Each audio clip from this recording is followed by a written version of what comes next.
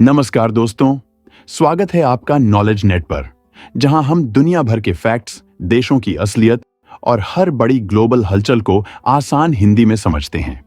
Europe एक ऐसा कदम उठाने जा रहा है जो उसकी अपनी जमीन को ही हिला सकता है। जमे हुए रूसी पैसों को छूना अब तक सिर्फ एक खतरा माना जाता था, लेकिन ब्रसेल्स इसे हकीकत में बदलने की तैयारी में है। यूक्रेन को बचाने के नाम पर ईयू ऐसी चाल चल रहा है जिसे दुनिया के ज्यादातर देश खुला आर्थिक जुआ कहेंगे और जिसका नुकसान खुद यूरोप को सबसे ज्यादा झेलना पड़ सकता है। सीधी बात यह है कि ईयू आयोग ने 165 अरब यूरो का मेगा लोन प्लान पेश किया है और इस बार पैसा ईयू की जेब से नहीं बल्कि रूस की फ्रोजन सॉवरेन एसेट से निकाली गई नकदी से उठाया जाएगा। ये वही पैसा है जो बेल्जियम के यूरो क्लियर में बंद पड़ा है और जिसे छूना अब तक रेड लाइन माना जाता था। लेकिन अब वही फंड एक 210 अरब यूरो की लंबी गेम का ईंधन बनाया जा रहा है। ऐसी गेम जिसमें यूक्रेन जिंदा रहेगा, लेकिन यूरोप की साख दांव पर लग सकती है। ईयू का दावा है कि अगले 2 साल में यूक्रेन जितनी भी फंडिंग मांगेगा, उसका 2/3 हिस्सा ब्रसेल्स खुद उठाएगा। बाकी उम्मीद दुनिया पर छोड़ी जा रही है। इसके लिए 2 रास्ते सामने रखे गए हैं। पहला, ईयू खुद मार्केट से मोटी रकम उधार ले और अपनी ही बजट गारंटी पर उसे यूक्रेन को लोन के रूप में पकड़ा दे। दूसरा, एक नया सिस्टम बनाया जाए जिसे रेपरेशंस लोन कहा जा रहा है।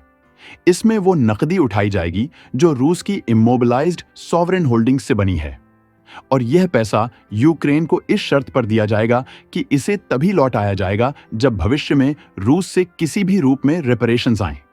लेकिन असली कहानी इससे कहीं गहरी है। यूक्रेन का वॉर फंड कुछ ही महीनों में सूखने वाला है।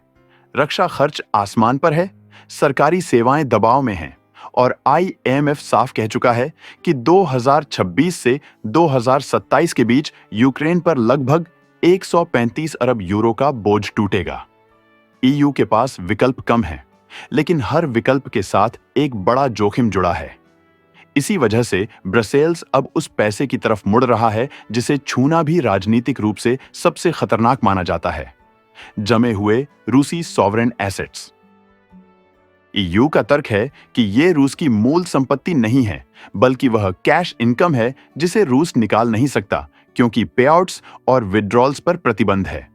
लेकिन सीधी बात यह है, अगर आपके बैंक खाते में आपकी रकम पड़ी हो और उस पर ब्याज बने तो वह ब्याज आपका ही कहलाता है, किसी और का नहीं। बिल्कुल यही लॉजिक यूरो क्लियर में रखे रूस के सोवरेन फंड्स पर भी लागू होता है। इसलिए इस कैश इनकम को उठाकर लोन का आधार बनाना कई देशों के लिए एक सीधी चेतावनी की तरह लगता है। आज रूस के साथ हो रहा है, कल किसी और के साथ भी हो सकता है। सबसे बड़ा विवाद बेल्जियम को लेकर है, क्योंकि फ्रोजन फंड्स का सबसे बड़ा हिस्सा वहीं मौजूद है। बेल्जियम साफ चेतावनी दे चुका है कि अगर उसने किसी देश की सॉवरेन वेल्थ को छुआ तो पूरी दुनिया का भरोसा टूट जाएगा। उनके वित्त मंत्री ने खुलकर कहा है कि रूस की सॉवरेन एसेट्स जब्त करना बेल्जियम के लिए संभव नहीं है, क्योंकि ग्लोबल फाइनेंशियल ट्रस्ट टूटते ही बेल्जियम की पूरी अर्थव्यवस्था खतरे में पड़ सकती है। ईयू बेल्जियम को यह भरोसा दे रहा है कि रूस के जमे हुए पैसों से यूक्रेन को दिया जाने वाला लोन बेल्जियम के लिए खतरा नहीं होगा। इसके लिए ईयू ने सुरक्षा के 3 तरीके रखे हैं ताकि अगर पैसा कहीं फंस जाए या कोई नुकसान हो तो उसे पूरा किया जा सके। पूरा पैसा केवल तभी वापस मिलेगा जब युद्ध खत्म हो जाएगा और रूस कोई भरपाई करेगा। उस समय यूक्रेन ईयू को लौट आएगा, ईयू बैंकिंग संस्थानों को पैसा देगा और अंत में रूस को उसकी संपत्तियां तब वापस मिलेंगी जब उस पर लगे प्रतिबंध हटा दिए जाएंगे। यह पूरा सेटअप जितना टेक्निकल लगता है, उतना ही विवादित और जोखिम भरा भी है। कई अंतर्राष्ट्रीय कानूनी विशेषज्ञ इसे साफ साफ कानून का उल्लंघन मानते हैं।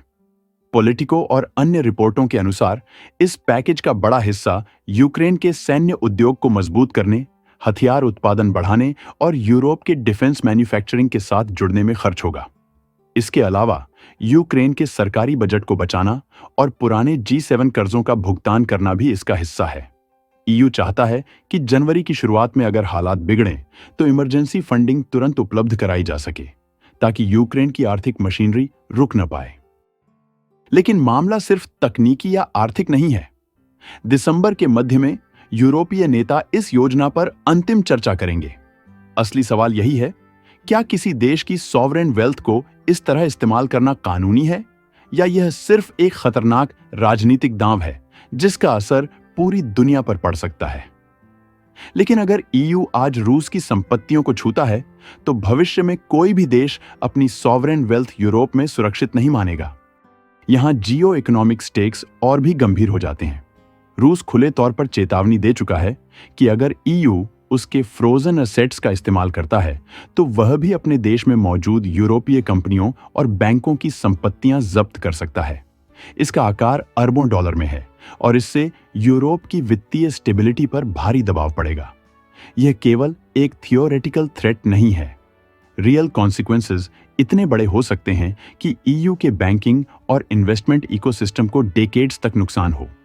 मॉस्को का इरादा साफ है, अगर यूरोप ने उसके खिलाफ कदम उठाया तो रूस उन कंपनियों की प्रॉपर्टी को राज्य संपत्ति घोषित करके बेच देगा और उससे हुए लाभ से अपना नुकसान पूरा करेगा। यह कदम यूरोप की अर्थव्यवस्था पर सीधा और सबसे बड़ा हमला साबित हो सकता है, क्योंकि अगर ऐसा हुआ तो विदेशी निवेशक यूरोप के फाइनेंशियल सिस्टम से भरोसा उठाना शुरू कर देंगे। निवेश घटेगा, कंपनियां बाहर निकलेंगी और यूरो की वैल्यू गिर जाएगी। ईयू के अंदर भी पूरी लाइन इस योजना के खिलाफ खड़ी है। हंगरी, स्लोवाकिया और कुछ अन्य देशों का कहना है कि फ्रोजन एसेट्स का इस्तेमाल बहुत जोखिम भरा है और गलत मिसाल बनाता है। ये देश सीधे रूस के साथ टकराव से बचना चाहते हैं और इस योजना को एक इकोनॉमिक बूमरैंग बताते हैं। उनका तर्क है कि अगर ऐसा किया गया तो दुनिया भर के देश अपनी सॉवरेन वेल्थ यूरोप में रखने से डरेंगे और निवेश का भरोसा टूट जाएगा। इससे ईयू की क्रेडिबिलिटी और फाइनेंशियल लेवरेज दोनों ही कमजोर होंगे। और असली खतरा यह है कि यह सिर्फ यूरोप या रूस का खेल नहीं है। अगर यह मिसाल बन गई तो आने वाले वर्षों में किसी भी बड़े जियोपॉलिटिकल क्राइसिस में सॉवरेन वेल्थ एक राजनीतिक हथियार बन सकती है। हर देश अब सोचने लगेगा, क्या मेरा पैसा सुरक्षित है या फिर इसे इंटरनेशनल पॉलिटिक्स में कोलैटरल डैमेज के रूप में इस्तेमाल किया जा सकता है। यही वजह है कि यह प्रस्ताव सिर्फ एक वित्तीय योजना नहीं, बल्कि पूरी दुनिया के लिए जियो इकोनॉमिक अलार्म बेल बन चुका है। इसलिए यह सिर्फ तकनीकी या पॉलिसी की बात नहीं है। यह ईयू के भविष्य, उसकी साख और यूरोप की वित्तीय मजबूती के लिए एक बड़ा मोड़ है। अगर यह कदम बढ़ाया गया तो इसके असर कई सालों तक महसूस होंगे और यह पूरी तरह सच है। यह बिल्कुल साफ है कि यह एक खतरनाक और बहुत बड़ा राजनीतिक और आर्थिक खेल है।